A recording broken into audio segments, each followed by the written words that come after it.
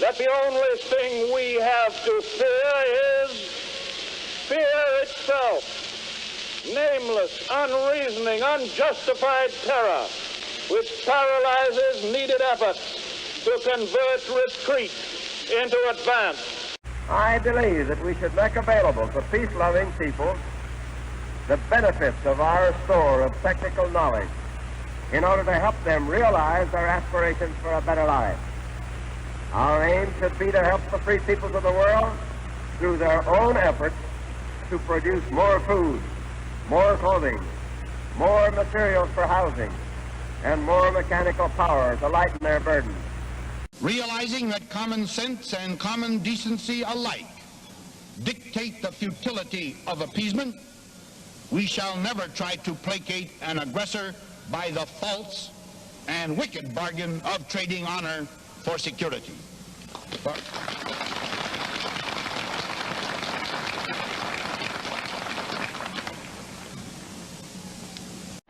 In the heart of Europe, Germany still stands tragically divided.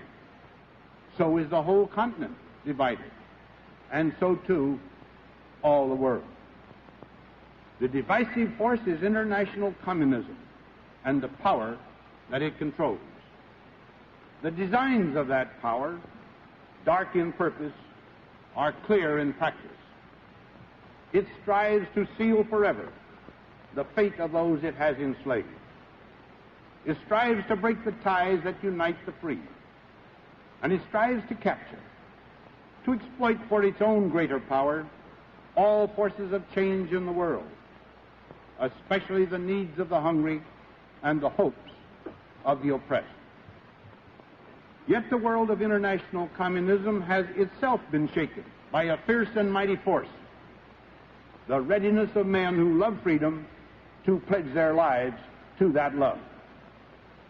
Through the night of their bondage, the unconquerable will of heroes has struck with the swift, sharp thrust of lightning.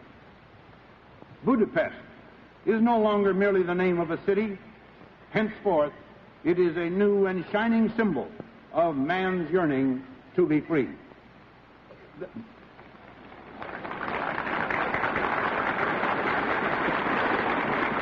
So, my fellow Americans, ask not what your country can do for you, ask what you can do for your country.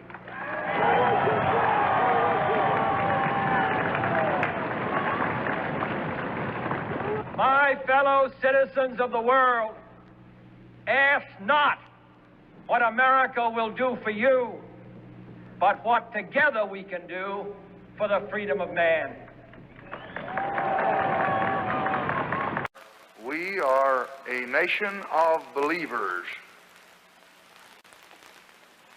Underneath the clamor of building and the rush of our day's pursuits, we are believers in justice and liberty and union, and in our own union. We believe that every man must someday be free.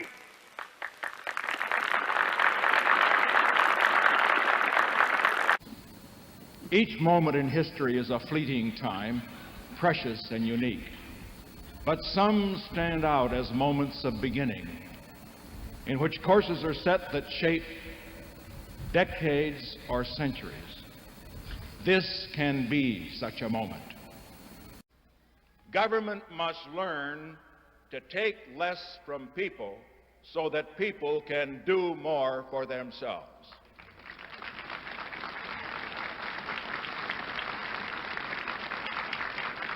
Let us remember that America was built not by government but by people, not by welfare but by work, not by shirking responsibility but by seeking responsibility. My fellow Americans, our long national nightmare is over. Our Constitution works.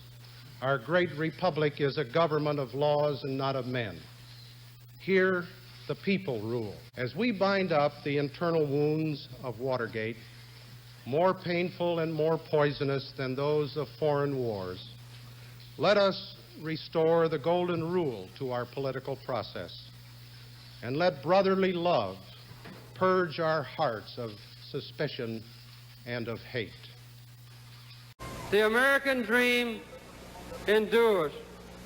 We must once again have full faith in our country and in one another.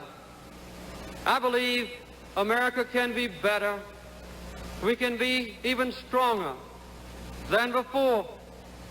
They will go away because we, as Americans, have the capacity now, as we've had in the past, to do whatever needs to be done to preserve this last and greatest bastion of freedom.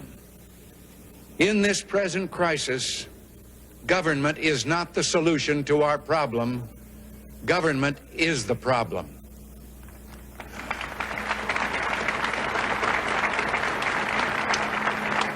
But we, the present-day Americans, are not given to looking backward. In this blessed land, there is always a better tomorrow. Freedom works. We know what's right. Freedom is right. We know how to secure a more just and prosperous life for man on earth through free markets, free speech, free elections, and the exercise of free will unhampered by the state. But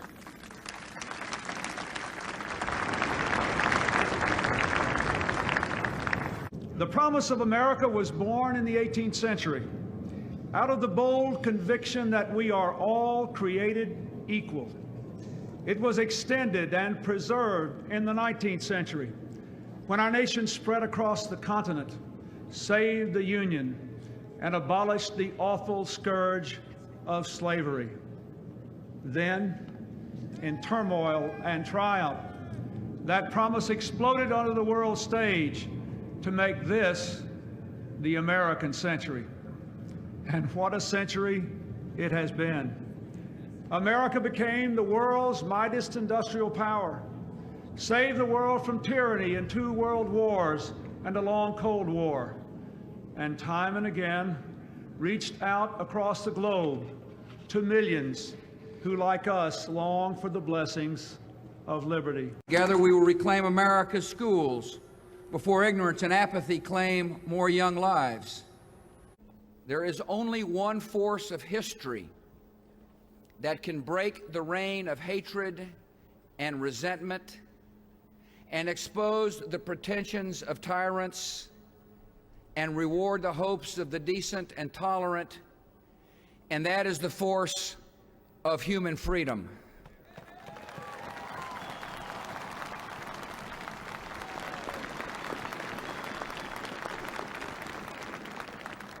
We are led by events and common sense to one conclusion: the survival of liberty in our land increasingly depends on the success of liberty in other lands.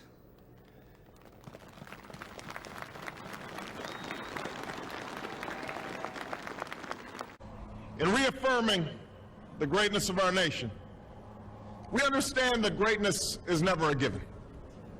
It must be earned. Our journey has never been one of shortcuts or settling for less. It has not been the path for the faint-hearted, for those who prefer leisure over work or seek only the pleasures of riches and fame.